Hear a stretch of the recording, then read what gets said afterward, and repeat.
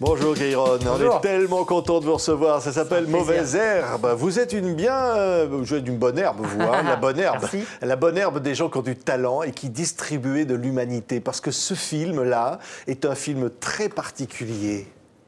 Merci. Merci. C'est vrai qu'il est particulier à mes yeux déjà parce qu'il parle de quelque chose que j'ai vécu.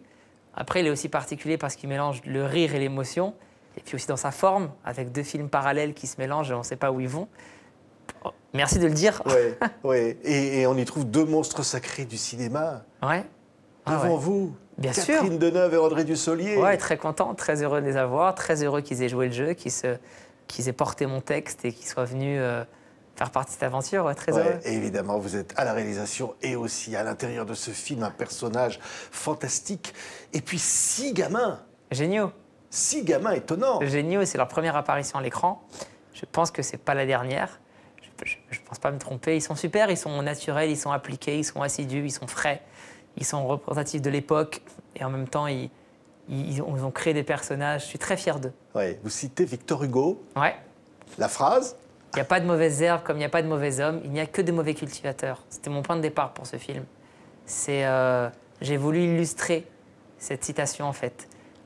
Pour moi, Victor Hugo a tout dit.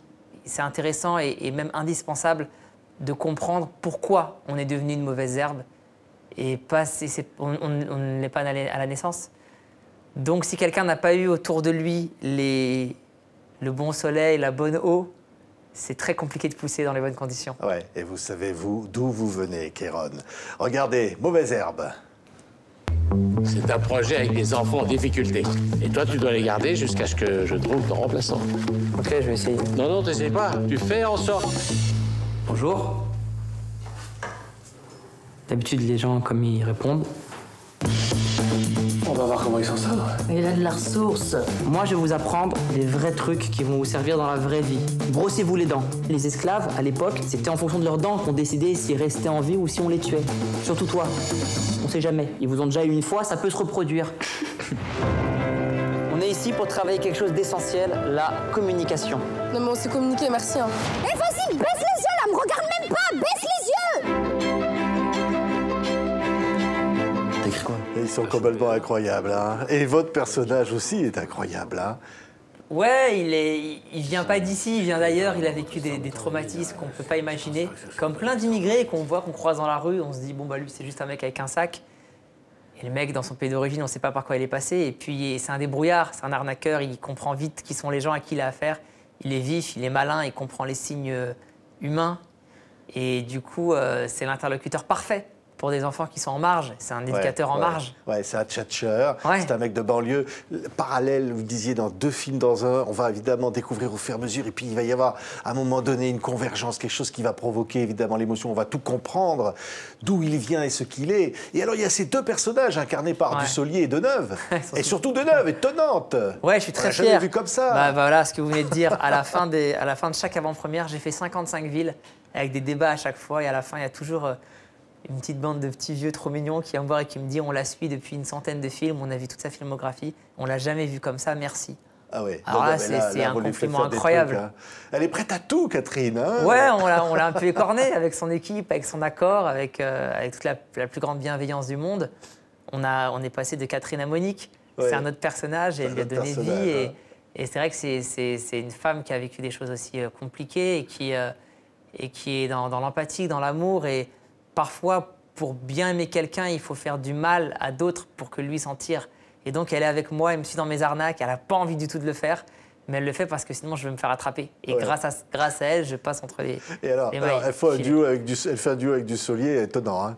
Oui, ils sont mignons tous les deux. Hein. Ils sont mignons, il y a du non-dit.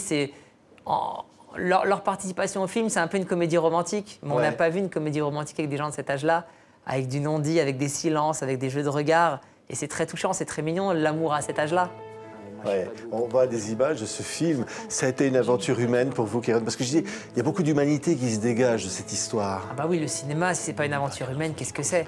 Entre le moment où j'écris la première ligne et le jour où on est tous ensemble dans la salle avec la distribution, les acteurs, les partenaires et qu'on a les chiffres, il y a 1 an et demi qui passe. Et moi, pendant 1 an, je suis confronté à 200 personnes avec qui je travaille. Donc, c'est pas un spectacle solo. Un film, ça se fait... il faut être beaucoup pour le faire et pour bien le faire. Ouais, je rends hommage à tous mes partenaires, évidemment, c'est une aventure humaine, bien sûr. Ouais, ces images nous montrent évidemment un Kéron intime. C'est pas autobiographique, non. Mais il y a beaucoup de vous. Vous avez été, pas éducateur, mais vous avez travaillé avec des gosses un peu paumés comme ça. Oui, je me suis trouvé à la place de mon personnage et j'étais pas apte à faire ça et j'ai fait de mon mieux à l'instinct comme lui. Et vous croyiez à ce moment-là au miracle? Mais je l'ai vu. On peut croire au miracle. C'est plus que j'y crois, c'est que je l'ai vu. Je l'ai vu. On a aidé des gamins, pas moi tout seul, toute une équipe, bien sûr. Avec la famille, avec les profs, avec les amis, on a vu des choses incroyables. On a vu des gamins qui étaient perdus, qui auraient dû finir en prison. Ouais. Oui, parce qu'on parle de tout. On parle de la pédophilie, on parle de la drogue. Plein de choses. Dans ce film, il y a toute cette réalité-là. Oui, et puis il y a aussi des enfants qui sont juste absentéistes et qui s'ennuient en classe parce qu'ils n'ont pas trouvé la bonne manière, parce que l'école n'a pas trouvé la bonne manière de les inclure en son sein. Donc ça parle de plein de problématiques qui sont vraies. Les 6 problématiques des enfants sont des choses que j'ai observées ou que des collègues m'ont racontées. Donc ça, c'est complètement vrai. La structure que j'ai créée dans le film, elle existe, j'y ai travaillé. Et après, les miracles, il y en a vraiment, on en a vu. Moi, je peux vous citer j'ai vu des choses incroyables, des gamins sortir, ils avaient la tête sous l'eau et aujourd'hui, ce sont des citoyens, des chefs d'entreprise. Ils travaillent, ils aident les autres, etc. Et on est très fiers d'eux, bien sûr. C'est la force de l'éducation, mais surtout de la transmission. Oui. Parce que ce personnage, et puis aussi les 2 autres personnages, ils sont là. Il y a toutes ces générations-là, et au fond, chacun amène quelque chose pour pousser... il faut que les gens l'acceptent. On est voué à disparaître et à laisser la place à la génération d'après. Donc soit on les met dans les meilleures dispositions, dans les meilleures conditions, et ça passe évidemment par la transmission de savoir en priorité, soit on reste concentré sur nous-mêmes et on se dit « Oh non, les jeunes, ils sont relous, ils comprennent rien, ils sont stupides. » Et on oublie qu'on a été jeunes avant eux et nos parents étaient jeunes avant nous aussi. Tout est une histoire de transmission, bien sûr. Oui, malgré tout ce qu'il y a derrière, parce qu'on ne racontera pas le film, mais il peut y avoir eu des drames. Il peut y avoir eu des guerres, il peut y avoir eu des parcours extrêmement violents, confrontés à l'horreur absolue. Mais c'est la force de l'être humain, c'est que il y a un proverbe que j'aime beaucoup qui est les moments de bonheur, c'est quand le diable prend une pause. Quand le diable fait une pause, c'est des moments de bonheur. C'est dire qu'en réalité, toute la vie est négative, tout est dur, mais pour ces petits moments de bonheur qu'on a de temps en temps, eh ben, elle vaut le coup d'être vécu et ça vaut le coup qu'on se batte. Parce que c'est une réalité. Au final, on est tous des petites fourmis insignifiantes dans la globalité de l'histoire de la Terre. Alors essayons au moins d'être heureux ensemble.